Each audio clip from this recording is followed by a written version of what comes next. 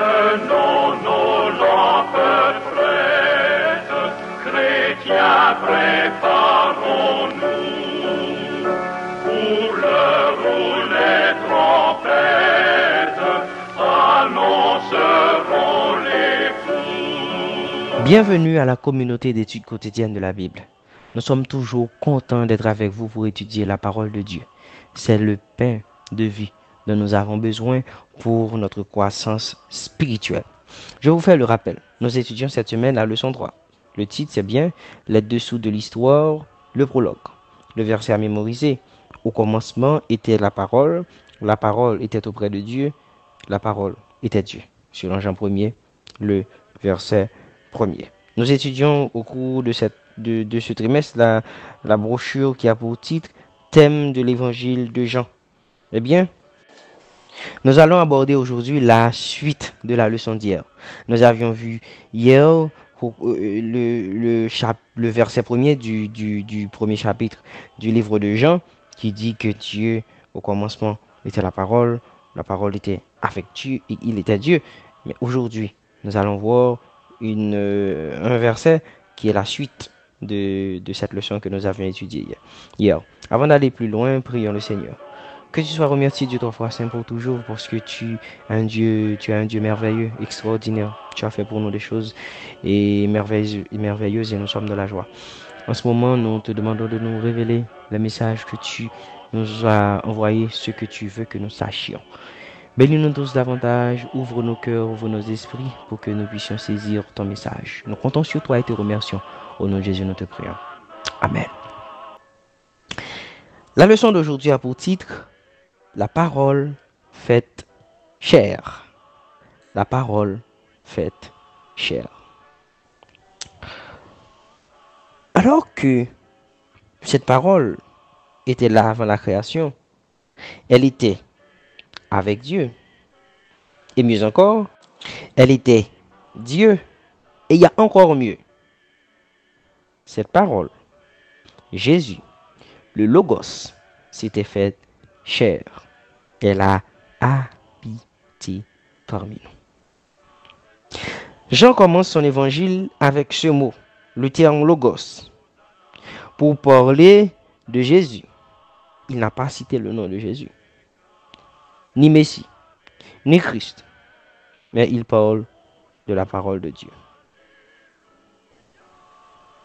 L'idée, c'était d'éviter de montrer la parole comme étant quelque chose d'abstrait, quelque chose qui reste suspendu entre le ciel et la terre. Jean voulait montrer, il utilise le terme dans une situation où il peut mettre sous les yeux de tous la réalité de la divinité de Jésus par ses actions. Il a fait clairement comprendre à travers cette approche que le Logos est une personne. C'est Jésus-Christ. Eh bien, Jésus s'était fait chair.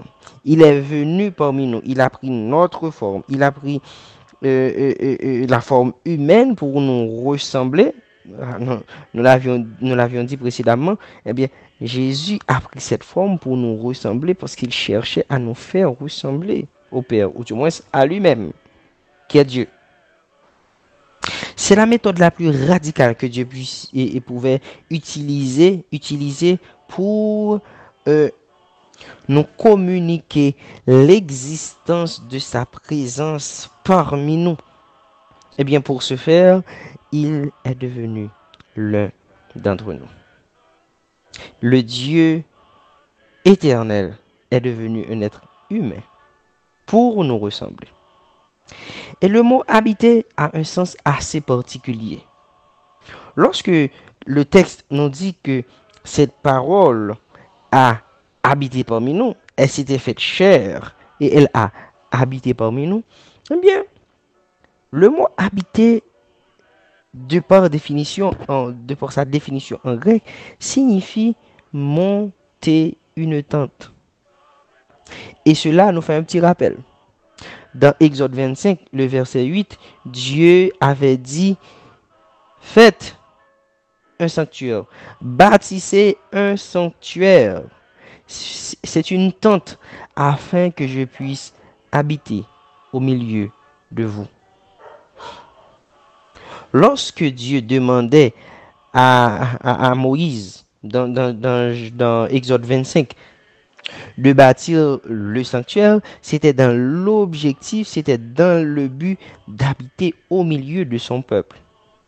Et voilà que cette même parole qui s'était faite chair, Jésus, en parlant de Jésus, il avait habité parmi nous. Cette même approche, ce même mot qui est utilisé de par sa définition, eh bien, dans Exode 25, verset 8, a été utilisé dans Jean 1er, verset 18.